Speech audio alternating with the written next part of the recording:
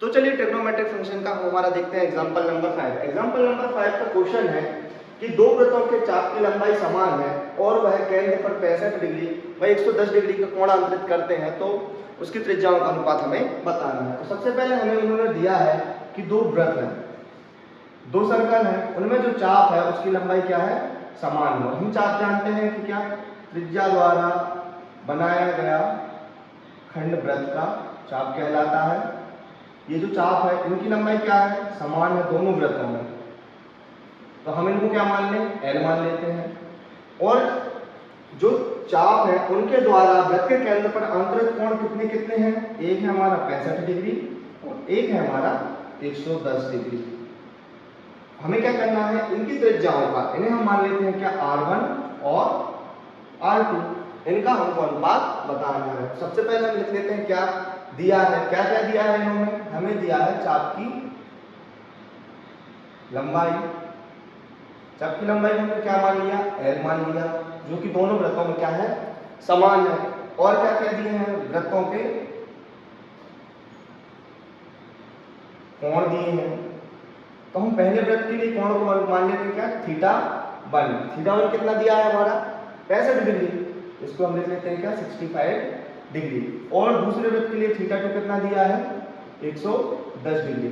और त्रिज्या, त्रिज्या को हमने क्या मान लिया है, हमें यहाँ लिखेंगे माना वृत्तों की त्रिज्या। पहले वृत्त के लिए हम क्या मान लें, R1, और दूसरे वृत्त के लिए मान लें क्या, R2।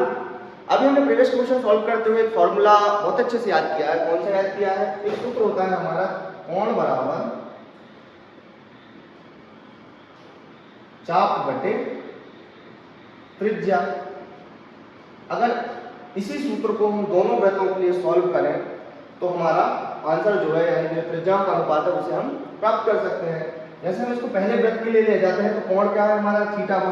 यहाँ लिखेंगे हम θ1 बराबर L/R1। θ1 का मान कितना है हमारा, 65 डिग्री, यहाँ लिखेंगे L/R1। हम चाहे तो एंगल को क्या है, रेडियन में चेंज भी कर सकते हैं। तो इधर हम इनको रेडियन में चेंज करेंगे π/180, और यहाँ भी लिख देंगे क्या, π/180। इसको काटेंगे तो ये कट जाएगा 11 π/18, और इसको काटेंगे हमारा कितना हो जाएगा, 5 एकम 5, 5 तिया 15, और 5 तिया 15, 5 एका 30। तो फाइनल आया हमारा कितना, 13π/36। तो 65 के लिए हम क्या लिख सकते हैं, 13π/36। और इस R1 को हम क्या कर लें, क्रॉस मल्टी कर लें, यहाँ हो जाएगा R1 बराबर L। इसको हम मान लेंगे कि हमारी इक्वेशन 1। उसके बाद हम इसी फॉर्मूले को हमारे सेकंड सर्कल के लिए, यानी दूसरे वृत्त के लिए सॉल्व करेंगे।